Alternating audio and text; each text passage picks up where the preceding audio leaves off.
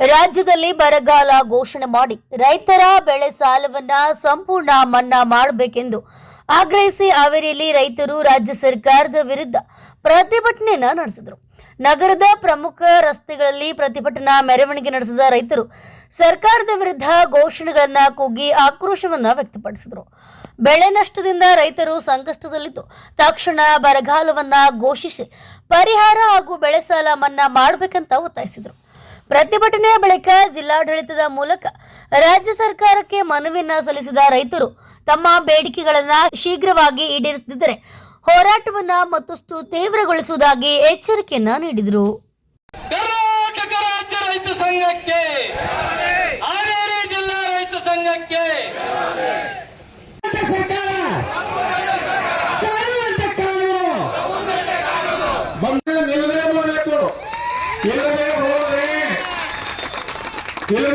ನಿಮಗೆ ಜನಜಿ ಹೋರಾಟ ತಾವು ಡಿಲ್ಲಿಯಲ್ಲಿ ನೋಡಬಹುದು.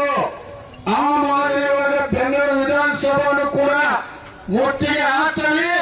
ಏನು ಅವರ ಅಪ್ಪನ ಮನೆ ಆಸ್ತಿ ಅಲ್ಲ, ನಾವು ಕೊಟ್ಟಾಗ ನೀವು ಬದುಕಾಕತ್ತೀರಿ, ನಮ್ಮ ಸಾಲ ಮನ್ನಾ ಮಾಡಬೇಕು ಅಂತ ನಮ್ಮ ಗಂಟಾ ಘೋಷಣೆವಾಗಿ ಹೇಳ್ತೀನಿ ಬಂಧುಗಳೇ. ಇದು ಒಡೆದಾಡ್ತಕ್ಕಂಥ ನೀತಿ.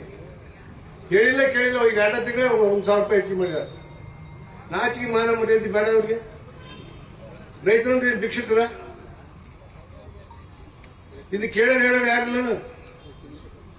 ಜಯವಾಗಲಿ ಜಯವಾಗಲಿ, ಎಲ್ಲರಿಗೂ ಜಯ ಆಗೈತಿ. ನಿಮ್ಗೆ ಏನಾಗೈತಿ? ಬರ ಬಿದ್ದೈತಿ. ಇನ್ನೇನಾದ್ರು ನಮ್ಮ ತಾಳ್ಮೆ ಕೆಡಿಸಿದ್ರೆ ಪರಿಸ್ಥಿತಿ ನೆಟ್ಟಿ ಇರೋದಿಲ್ಲ. ಬ್ಯಾಂಕ್ನಲ್ಲಿ ಯಾವನಾದ್ರೂ ಒಂದು ನೋಟಿಸ್ ಹಾಕಿದ್ದ ಕರೆ ಬ್ಯಾಂಕಿಗೆ ಲಾಕ್ಔಟ್ ಮಾಡ್ತೇವೆ.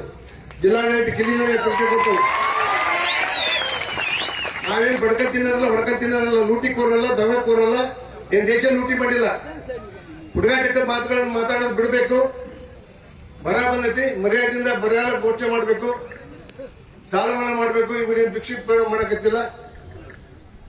ಅದಾನಿ ಅಂಬಾನಿ ಅಂತ 1,400 ಕೋಟಿ ಬಿಡುಗಡೆ ಬಿಟ್ಟು ಮನ್ನಾ ಮಾಡಿ ಮೇಲೆ ನಮ್ಮದು ಯಾಕೆ ಮಾಡಬಾರ್ದು? ಸಹಿತ ನಿನ್ನೆ ಮೊನ್ನೆ ಟಿವಿ ನೋಡಿರ್ಬೋದು. ನಾವು ಮಾಡ್ಬೇಕು ಅಂತ ಮನಸ್ಸು ಐತಿ ಅಂತ.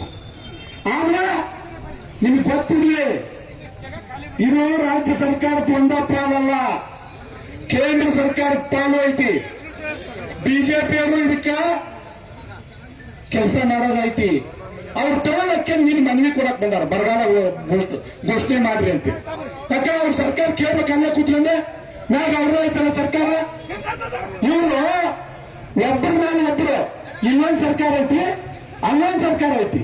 ಇವ ಅವ್ರ ಮೇಲೆ ಅವ ಇವ್ರ ಮೇಲೆ ಹೇಳಿ ನಮ್ಮನ್ನ ಬೆಪ್ಪರನ್ನ ಮಾಡಕತ್ತಾರ, ಮುರುಕರನ್ನ ಮಾಡಕತ್ತಾರ. ನೀವು ಅರ್ಥ ಮಾಡ್ಕೇರಿ, ಕೇಂದ್ರ ಸರ್ಕಾರದ ಪಾಲು ಐತಿ. ಇದು ಹೆಂಗ ಬರಗಾಲ ಘೋಷಣೆ ಮಾಡಕ್ ಒಂದು ಮಾನದಂಡ ಮಾಡ್ಯಾರ. ಹೀಗೆ ಇರಬೇಕು, ಇಷ್ಟೇ ಮಳೆ ಆಗ್ಬೇಕು, ಇಷ್ಟೇ ಬಿಸಿಲು ಬೀಳ್ಬೇಕು, ಇಷ್ಟೇ ಬೆಳೆ ಒಣಗಿರ್ಬೇಕು. ಅದನ್ನ ಮಾಡೋರು ಅಲ್ಲಿ ಕೊಟ್ಟಾರ. ಅವರು ಈಗೊಂದು ಸುಮ್ಮನೆ ಶಾಲಕ್ಕೆ ನಿಂತು ಜಿಲ್ಲಾ ಕಚೇರಿಯಾಗ ಅದು ರೈತರ ಶಾಲಕ್ಕೆ ಬರಗಾಲ ಘೋಷಣೆ ಮಾಡ್ರಿ ಅಂತಾರೆ. ಅವ್ರು ಯಾರು ನಿಂತಾರಲ್ಲ, ಮತ್ತೆ ಇವರು ಅಲ್ಲ. ಈಗ ಇವ್ರಿಗೂ ಇತ್ತು, ಅವ್ರಿಗೂ ಇತ್ತು ಪಾಲು. ಇಬ್ರು ಕೆಲಸ ಮಾಡ್ಬೇಕಿದ್ರಾಗ.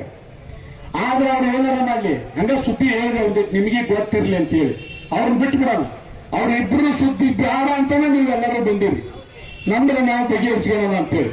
ಅದಕ್ಕೆ ಬರಗಾಲ ಘೋಷಣೆ ಮಾಡಕ ಇವತ್ತ ಅನೌನ್ಸ್ ಮಾಡಕ್ ಹೇಳೋಣ, ಮನವಿ ಕೊಡೋಣ. ಅದು ಸರ್ಕಾರಕ್ಕೆ ಹೋಗತ್ತೆ. ಸರ್ಕಾರದವರು ಮತ್ತೆ ಬಂದು ನಮ್ಮ ಹೊಲ ನೋಡ್ತಾರ, ಎಲ್ಲೆಲ್ಲಿ ಬೆಳೆ ಹೆಂಗೈತಿ ಅಂತ ನೋಡ್ತಾರ, ಮಳೆ ಎಷ್ಟಾಗೈತಿ ಅಂತ ಅವ್ರ ಕಡೆ ಲಿಸ್ಟ್ ಇರ್ತೈತಿ. ಅದು ಘೋಷಣೆ ಮಾಡಕ್ ಸ್ವಲ್ಪ ಟೈಮ್ ಹಿಡಿತೈತಿ. ಅದು ಹಿಡೀಲಿ, ಅವರು ಅನೌನ್ಸ್ ಮಾಡಕ್ಕೂ ಟೈಮ್ ಕೊಡೋಣ. ಒಂದು ಇನ್ನು ನೆಕ್ಸ್ಟ್ 2ನೇ ಸ್ಟೆಪ್ ಸಾಲ ಮನ್ನಾ ಮಾಡೋದು. ಇದು ಸರ್ಕಾರದ ಲೆವೆಲ್ನಾಗ ಐತಿ. ಆ ಸಾಲ ಮನ್ನಾ ಮಾಡೋದ್ರ ಬಗ್ಗೆನೂ ಒಮ್ಮುಕ್ಲೆ ಆಗಲ್ಲ, ಟೈಮ್ ಕೊಡಲ್ರಿ ಅವರಿಗೆ. ಈಗ 2 ವಿಷಯ ಇಟ್ಕೊಂಡು ನಿಮ್ಮೆಲ್ಲ ಕೆಲಸ ಮುಗಿಸ್ರಿ. ಈಗ ಏನೇನು ಅದಾವಲ್ಲ, ಇನ್ನೊಂದು ದಿವಸ ಇಲ್ಲೇ ಕೊಡೋಣ ಇದೇ ಕತ್ರೆಯಾಗ. ಈ ಊರಿಗೆ 4, 6, 8 ಮಂದಿ ಬಂದವೆ. ಅವತ್ತು ಊರ ಕಟ್ಟಿನಲ್ಲಿದ್ದವ್ರನ್ನು ಮೋಸರನ್ನು ಕರ್ಕೊಂಡ್ ಬರೋಣ. ಇದು ಹಾವೇರಿ ಎಲ್ಲಿ ಜಗ ಇರಬಾರ್ದು, ಹಂಗೆ ಕೊಡೋಣ. ಅವಾಗ ಬಗೆ ಇರ್ತಿರ್ತದ ಅವೆರಡು ವಿಷಯ ಬಿಟ್ಬಿಡು. ಇನ್ನ 3ನೇ ವಿಷಯ, ಅವತ್ತೇನಂದ್ರ MD ಬಂದಾಗ ಪಪ್ಪರ್ ಸ್ಟಾಕ್ ಒಂದೊಂದು TC ಸೆಂಟ್ರಿನಾಗ 10-15 ಅದಾವಂತ MD ಅವ್ರಿಗೆ ಹೇಳಿದ್ವಿ. ಇವತ್ತು ಹೋಗಲ್ಲ ಈಗ ಎಲ್ಲಿ ಸ್ಟಾಕ್ ತೋರಿಸ್ಬೇಕು. ನಮ್ಮ ರಟ್ಟಾಗಿಲ್ಲ, ರಟ್ಟಾಗ ಕೇಳಿದ್ರೆ ರಾಯಮಂಡ್ರಿ ಕಳಿಸ್ತಾರ, ಹಿರೇಕೆರೆಗೆ ಸೆಂಟ್ರ್, ಹಿರೇಕೆರೆ ಕೇಳಿದ್ರೆ ರಾಯಮಂಡ್ರಿಗೆ ಹೋಗ್ರಿ ಅಂತಾರ. ಗೋಪಾಲ್ ಅವತ್ತು ಏನ್ ವರದಿ ಕೊಟ್ರು ನಿಮ್ಗೆ?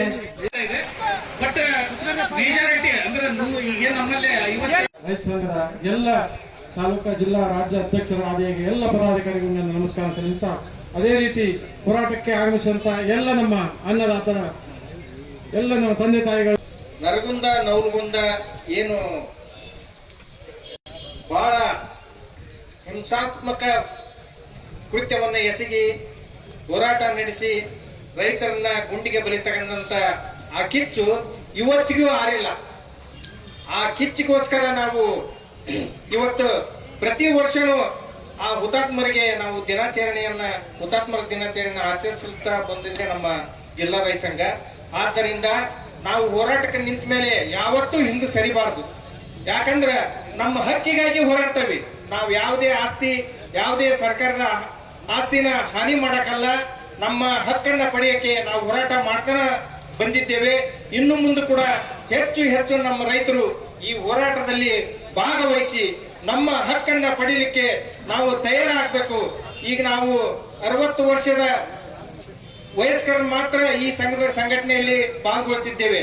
ಇನ್ನು ಮುಂದೆ ಯುವಕ ಹೋರಾಟಗಾರರು ಈ ಸಂಘದಲ್ಲಿ ಭಾಗವಹಿಸಿ ಈ ಸಂಘವನ್ನ ಎಲ್ಲಿ ಸೂರ್ಯ ಚಂದ್ರರು ಇರುವವರೆಗೂ ಈ ಹೋರಾಟವನ್ನ ಮುಂದುವರಿಸಿಕೊಂಡು ಹೋಗುವಂತ ಪರಿಸ್ಥಿತಿ ರಾಜಕಾರಣಿಗಳು ಮಾಡಿದ್ದಾರೆ. ಆದ ಕಾರಣ ನಾವು ಎಚ್ಚೆತ್ತುಕೊಂಡು ಇನ್ನೂ ಹೆಚ್ಚು ಹೆಚ್ಚು ಜನಸಂಖ್ಯೆಯನ್ನ ಈ ರೈತ ಸಂಘಟನೆಯಲ್ಲಿ ತೊಡಗಿಸಿ ಈ ಹೋರಾಟಗಳನ್ನ ಯಶಸ್ವಿಗೊಳಿಸಿಕೊಂಡು ನಮ್ಮ ಹಕ್ಕನ್ನು ಪಡಿಬೇಕಂತ ಈ ಸಂದರ್ಭದಲ್ಲಿ ಹೇಳ್ತಾ, ಶಾಲ್ ಹಾಕೊಂಡು ರೈತ ಮೋರ್ಚಾ ಅಂತೇಳಿ ಎಲ್ಲಾ ಪಕ್ಷದವ್ರು ಮನವಿ ಕೊಡ್ತಾರ, ಎಲ್ಲಾರು ಅದನ್ನ ಹಾಕ್ಯಂಡ್ ಅಡ್ಡಾಡ್ತಾರ ಅಂತಂದ್ರ ನಾಚಿಕೆ ಬರ್ಬೇಕು ಅವ್ರಿಗೆ. ನೀವು ಇನ್ನು ಮುಂದೆ ಕೇಳ್ತೀರ ಅವ್ರನ್ನ, ನಿಮ್ ಊರಿಗೆ ಬಂದಿರ್ತಾರಲ್ಲ, ಏಯ್ ನಮ್ ಶಾಲಕ್ ಹಾಕ್ಯಂತಿರೋ ಮಂಗ್ಯಗಳು, ನೀವು ನಿಮ್ ಪಕ್ಷದ ಶಾಲ್ ನಿಮ್ಗೆ ಅದಾವ ಹಾಕ್ಯಾರ ಅಂತ ಹೇಳ್ತೀರ? ನೀವು ಎಷ್ಟ್ ಮಂದಿ ಸಿದ್ಧಾಕಿರಿ ಹೇಳ್ರಿ ನೋಡೋಣ.